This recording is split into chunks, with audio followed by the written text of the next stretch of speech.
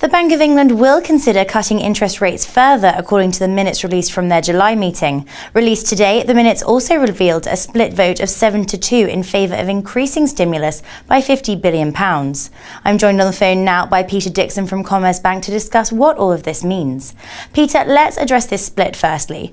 The BoE has come under intense scrutiny of late, and many will be looking at the 7-2 voting split over further QE stimulus as a possible kink in the central bank's armour. Is this split significant? Well, I think it's significant in the sense that there's obviously no unanimity on the way forward for the central bank.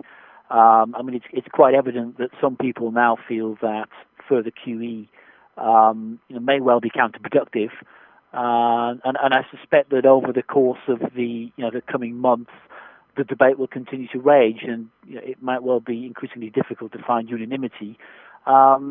In some ways, however, that split is as much of a cause for discussion in the media, perhaps, as it is relevant to the overall policy debate. So, whilst I think it does reflect genuine differences of opinion on the MPC, I'm not really sure that it reflects a major problem for the Bank of England, other than perhaps in terms of its communication.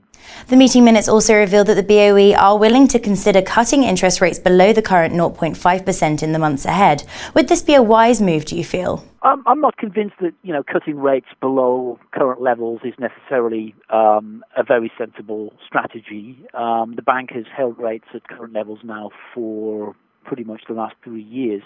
And I think it's a sign of desperation that they're even considering cutting them below current rates. There are many reasons, as to why cutting rates won't help. One of them, quite simply, is that there is very little demand for credit. So making it even cheaper at a time when there's no demand isn't really going to help. And of course, as the bank pointed out back in June, when this subject first came back onto the agenda, all it will do is compress banks' margins still further and making it more difficult for them to get back on their feet.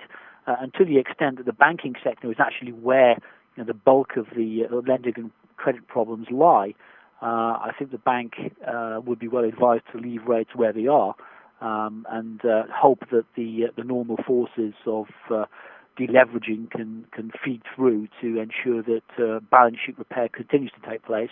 And at that point, of course, we can start to talk about a more normal recovery. The central bank has said that it intends to wait and see what impact liquidity and lending measures will have on the economy before making any further decisions. This suggests that we could be waiting months and possibly even into late 2013, doesn't it? Oh, yeah. There's no doubt that these measures, if they're going to be effective at all, will only be effective in the longer term. For the simple reason that there is a lack of demand for credit.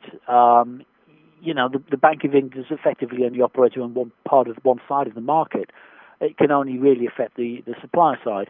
And it's all very well, making credit available, in large volumes and at fairly favourable terms. But if nobody wants to take up the bank's offer, then it's going to be very limited in its scope. So I think there's very little doubt in my mind that the Bank of England is effectively running out of road in terms of what policy can achieve by further easing measures.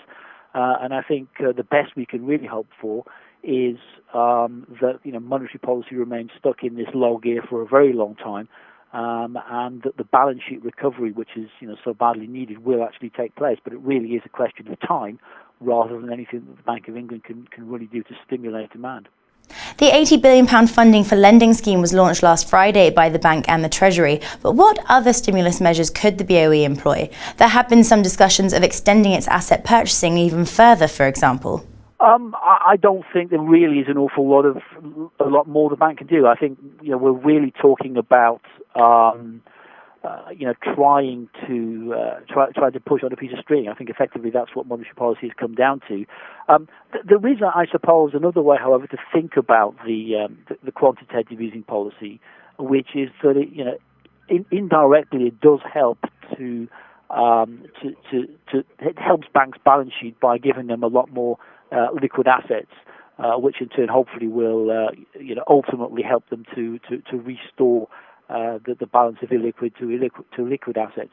That process is taking an awful long time to feed through, It is working in the sense that the balance sheet is slowly being restored back towards what one might call more normal levels.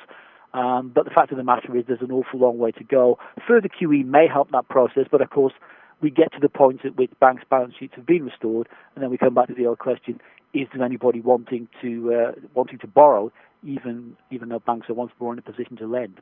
If we look lastly at the pound response to this, the pound weakened against the other major currencies following the release.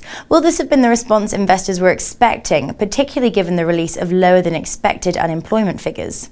Yeah, I mean, the employment figures really are a sideshow in the current debate. I mean, I think we're really talking about the prospects for a more sustainable recovery, a more sustainable employment recovery, a more sustainable growth story, and I think signs of that at the moment are lacking. And obviously, the markets are focusing on that lack of good news, and they're basically extrapolating from that the Bank of England will be engaged in more monetary easing measures, which effectively will weaken the pound. And I think to that extent, a weaker pound is probably good news as far as UK policymakers are concerned, because it does at least help to make the export sector of the economy more competitive.